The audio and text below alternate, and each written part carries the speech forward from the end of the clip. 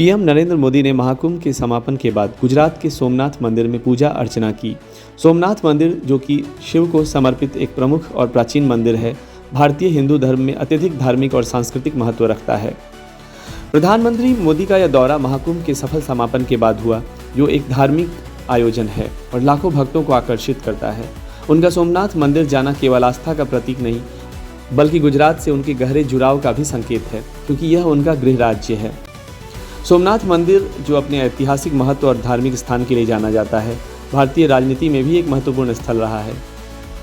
प्रधानमंत्री मोदी ऐसे धार्मिक स्थलों का दौरा करके भारत की आध्यात्मिक धरोहर को मजबूत करने का संदेश देते हैं और यह राजनीति और धर्म के सार्वजनिक जीवन के मिश्रण को भी दर्शाता है। ट्रंप ने कहा है, कनाडा और मेक्सिको के लिए यूएस टैरिफ से बचने के लिए कोई जगह नहीं बची और 4 मार्च से सारे टैरिफ रूल्स लागू हो जाएंगे। लास्ट मंथ ट्रंप ने कनाडा और मेक्सिको पर 25% आयात शुल्क लगाया था। उन्होंने चीन पर भी 10% एक्स्ट्रा आयात शुल्क लगाया था। ट्रंप के अनुसार ये कदम अमेरिका में कनाडा और मेक्सिको से ड्रग्स के आयात को रोकने के लिए बनाया गया है। कनाडाई बिजनेसमैन ने कहा, यह सच में पागलपन जैसा है। दोनों देशों को एक दूसरे से बहुत लाभ होता है। ट्रंप का ये कदम बहुत ही निराशाजनक है। रूस के अरबपतियों और कंपनियों पर लगे प्रतिबंधों को हटाने के लिए एक प्रस्ताव तैयार किया जा रहा है। जैसा कि हाल में ही खबर आई है, अमेरिकी प्रशासन इस पर विचार कर रहा है। क्या इन प्रतिबंधों को धीरे धीरे हटाया जाए या उनमें कुछ ढील दी जाए, खासकर उन प्रमुख रूसी अरबपतियों और कंपनियों के खिलाफ जो अमेरिका और पश्चिमी देशों के लिए आर्थिक तौर पर राजनीतिक दबाव के केंद्र रहे हैं। यह प्रस्ताव तब सामने आया है जब वैश्विक राजनीति और अर्थव्यवस्था में बदलाव आ रहे हैं। हालांकि यह कदम रूस और यूक्रेन के बीच चल रहे संघर्ष को देखते हुए जटिल हो सकता है, क्योंकि पश्चिमी देशों ने रूस पर कड़े प्रतिबंध लगाए थे ताकि रूस पर दबाव डाला जा सके।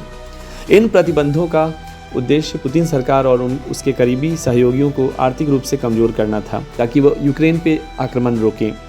अब इस प्रस्ताव का उद्देश्य इन प्रतिबंधों में आंशिक राहत देना हो सकता है, लेकिन यह मामला कूटनीतिक और रणनीतिक दृष्टिकोण से बहुत महत्वपूर्ण है। पश्चिमी देशों को यह तय करना होगा कि क्या इन प्रतिबंधों में ढील देना रूस को किसी अन्य लाभ की तरफ धकेल सकता है या यह दुनिया भर में शांति स्थापित करने में मदद करेगा। आईआईटी बाबा को रिहा कर दिया गया है। बेल बॉन्ड भरने के बाद उन्हें रिहा किया गया। बाहर निकलने के बाद उन्होंने कहा, हैप्पी बर्थडे नहीं बोलोगे? किस किस को पकड़ोगे? गांजा तो प्रसाद होता है, बहुत लोग करते हैं गांजा का सेवन, ये तो समझा हुआ है इंडिया में। गाजा के पुनर्निर्माण पर चर्चा के लिए आज मिस्र में अरब शिखर सम्मेलन आयोजित होने जा रहा है। इस सम्मेलन में गाजा पट्टी में हुए विनाश के बाद उसके पुनर्निर्माण की योजना और इस क्षेत्र में शांति बहाली के लिए कदम उठाने पर चर्चा होगी। इसमें अरब देशों के नेता और उच्च अधिकारी हिस्सा लेंगे, जो गाजा के संकट से निपटने के लिए सहयोग और समर्थन की दिशा में विचार करेंगे। यह सम्मेलन गाजा में हुए हिंसक संघर्ष के बाद जरूरी हो गया है, जिसमें बड़ी संख्या में नागरिक प्रभावित हुए हैं। अरब देशों के नेताओं का उद्देश्य न केवल गाजा के पुनर्निर्माण के लिए वित्तीय सहायता जुटाना है, बल्कि इस क्षेत्र में स्थायी शांति और सुरक्षा की दिशा में कदम भी रखना है। मिस्र इस सम्मेलन की मेजबानी कर रहा है, जो पहले से ही मध्य पूर्व में शांति प्रक्रिया में महत्वपूर्ण भूमिका निभा चुका है। ऐसे में जब गाजा में तनाव और संघर्ष बढ़े हैं, यह शिखर सम्मेलन एक महत्वपूर्ण अवसर हो सकता है, जिसमें मध्य पूर्व की स्थिरता के लिए चर्चा की जाएगी।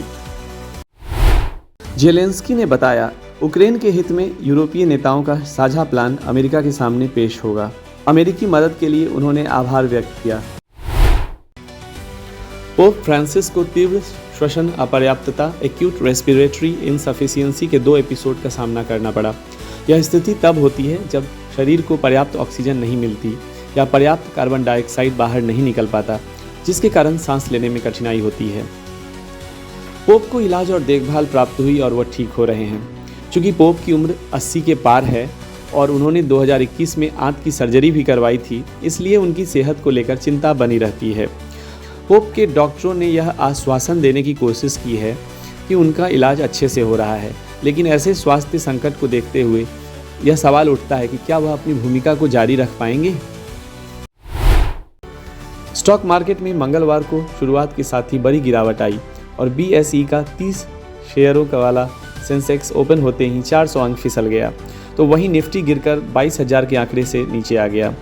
अमेरिकी राष्ट्रपति डोनाल्ड ट्रंप के कनाडा और मैक्सिको पर टैरिफ लगाने के ऐलान के बाद यूएस मार्केट से लेकर एशियाई बाजारों तक हाहाकार देखने को मिल रहा है। 3 मार्च को श्रद्धा कपूर का जन्मदिन था। श्रद्धा कपूर एक प्रसिद्ध भारतीय अभिनेत्री और गायिका हैं जो मुख्य रूप से हिंदी फिल्मों में काम करती हैं। वे बॉलीवुड के दिग्गज अभिनेता शक्ति कपूर की बेटी हैं। श्रद्धा का जन्म 3 मार्च 1987 को मुंबई में हुआ था। उन्होंने 2010 में फिल्म 3 पत्ती से बॉलीवुड में कदम रखा, लेकिन उन्हें असली पहचान 2013 में आशिकी 2 से मिली, जिनमें उनकी भूमिका को बहुत सराहा गया। इसके बाद उन्होंने कई हिट फिल्मों में काम किया, जैसे एक विलन, बागी, स्त्री, छिछोरे। श्रद्धा कपूर को उनकी अभिनय के अलावा उनकी गायन क्षमताओं के लिए भी पहचाना जाता है। उन्होंने कई फिल्मों में अपनी आवाज़ दी है, खासकर आशिकी 2 में। वे सोशल मीडिया पर भी काफ़ी सक्रिय हैं और अपने फैंस के साथ जुड़ी रहती हैं। श्रद्धा कपूर को अपनी फिल्मों के लिए कई पुरस्कार मिल चुके हैं और वो बॉलीवुड इंडस्ट्री की सबसे सफल और प्रिय अभिनेत्रियों में से एक मानी जाती हैं। 4 मार्च 2025 को दुबई इंटरनेशनल क्रिकेट स्टेडियम में खेले जा रहे आईसीसी चैंपियंस ट्रॉफी के सेमीफाइनल मुकाबले में ऑस्ट्रेलिया ने पहले बल्लेबाजी करते हुए 49.3 ओवर में 264 रन बनाए। जवाब में भारत ने 7 ओवर में 1 विकेट के नुकसान पर 42 रन बना लिए हैं। रोहित शर्मा और विराट कोहली अभी क्रीज पे खेल रहे थे।